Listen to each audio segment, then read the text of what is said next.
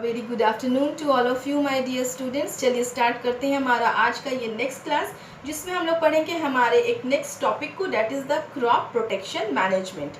एक थोड़ा सा क्विक रिवीजन दीजिए, क्योंकि यहाँ पर आपका इस चैप्टर का एक कंप्लीट पोर्शन फिनिश हो जाएगा। फर्स्ट वन कि जब ये चैप्टर हम लोगों ने स्टार्ट किया था तो आपने वहाँ पर ये चीज़ देखी थी, मैंने आपको ये चीज़ बताया था कि इस चैप्टर को आपको 2 पोर्शंस में कंप्लीट करने हैं। First portion is the agriculture का process and second one is the animal husbandry, है ना। पहला क्या था कि एग्रीकल्चरल फील्ड से जो हमें क्रॉप्स मिलते हैं, अनाज मिलते हैं, उसमें किस तरह से हम लोग मैनेजमेंट्स लाते हैं और उसके उपज को हम लोग बढ़ाते हैं। एंड द सेकेंड पोर्शन की एनिमल्स से मिलने वाले जितने भी प्रोडक्ट्स हैं, जैसे कि मिल्क प्रोडक्ट्स का आना, फ्लैश का आना, मीट आना, ठीक है ना, इन सब पोल्ट्री का आना, इन सारी चीज़ों को हम लोग अपने नेक्स्ट पोर्शन में पढ़ेंगे। तो फर्स्ट पोर्शन का ये आज हमारा का लास्ट टॉपिक हमें डिस्कस करना है। फर्स्ट टॉपिक क्या था? क्रॉप का प्रोडक्शन मैनेजमेंट, जिसको हम लोगों ने ऑलरेडी समझ लिए हैं उस टॉपिक को अच्छे से। Second one is the crop का वेराइटी मैनेजमेंट, जो कि कल की क्लास में आप लोगों ने उसे अच्छे से समझा। होप सो कि वहाँ तक के नोट्स आपकी कॉपी में कंप्लीट होंगे। आज जो ये टॉपिक हम पढ़ने वाले हैं, that is the third one, that is the crop protection management. Crop को प्रोड्यूस तो कर लिया हमने डिफरेंट टेक्निक्स के साथ, क्रॉप की वेराइटीज़ को भी हम लोगों ने बना लिया। अब जब वो क्रॉप हमें मिल जाता है, जब एग्रीकल्चरल फील्ड से फार्मर्स के ज़रिए मार्केट में जब वो क्रॉप्स आने लगते हैं, तो फिर उनको प्रोटेक्ट करना भी एक बहुत ही बड़ा पैमाना होता है उसके लेवल को मेंटेन करने के लिए। अंडरस्टूड? तो देखिए किस तरह से इसे प्रोटेक्ट करना है। प्रोटेक्ट करने के लिए आखिर कोई तो ऐसी चीज़ होगी जो उसको हार्म पहुंचा रही होगी। तो एग्रीकल्चरल फील्ड से आने वाले जितने भी क्रॉप्स होते हैं वो 3 तरह की चीज़ों से, 3 फैक्टर्स से इफ़ेक्ट होते हैं, और उन्हीं 3 चीज़ों से उन्हें प्रोटेक्ट करना होता है।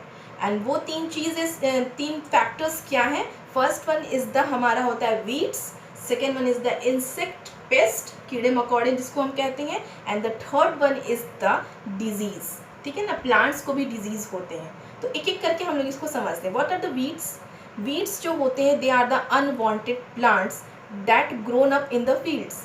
आपने कभी भी देखा है अपने गार्डन वगैरह में या कहीं भी ऐसे चीज़ पे, जब खेत में आप देखोगे कि नॉर्मल क्रॉप्स के साथ छोटे छोटे पेड़ पौधे भी उगाते हैं, उसे ही हम लोग बोलते हैं वीड्स, या फिर इसको नॉर्मल हिंदी लैंग्वेज में कहा जाए तो खरपतवार।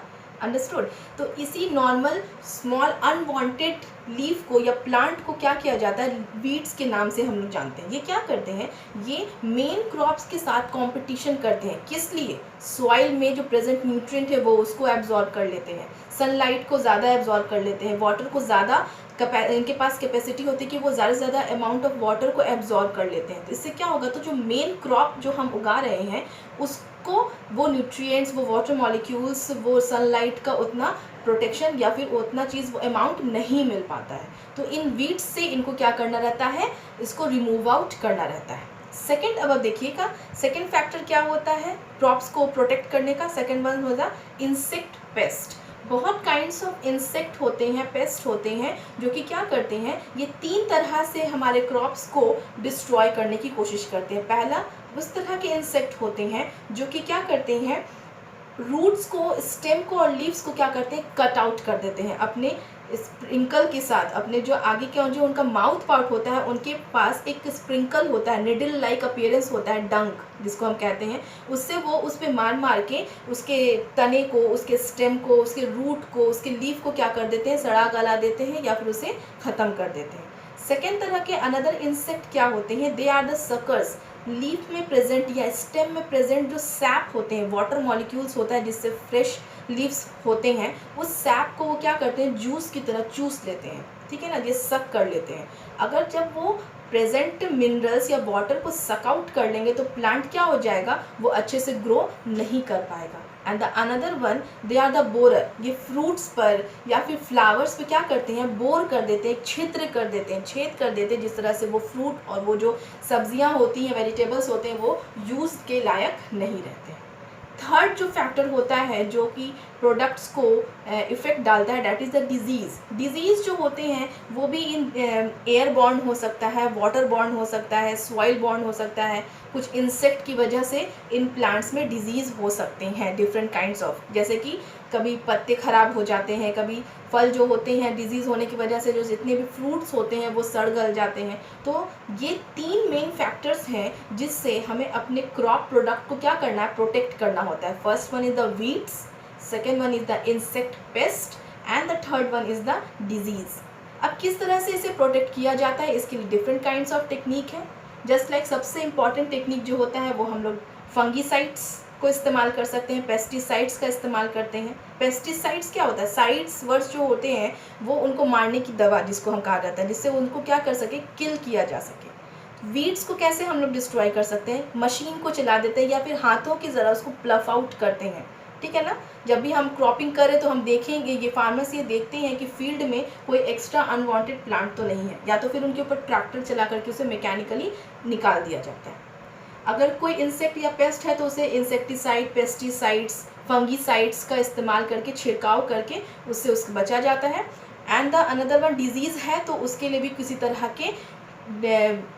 तरह के क्या केमिकल्स का इस्तेमाल किया जाता है ताकि ट्रीटमेंट करके उस डिजीज़ से बचा जा सके। इसके अलावा कुछ और टेक्निक्स भी हैं, जैसे कि मैंने आपको पढ़ाया था cropping patterns, that is the crop rotation या फिर इंटर क्रॉपिंग करके। क्या होता है कि अगर हम एक ही फील्ड में एक ही जैसे प्लांट्स को लगाए हैं तो अगर एक प्लांट को कोई डिजीज़ होगा तो वो सारे के सारे प्लांट में डिजीज़ को क्या करेगा, स्प्रेड आउट कर देगा।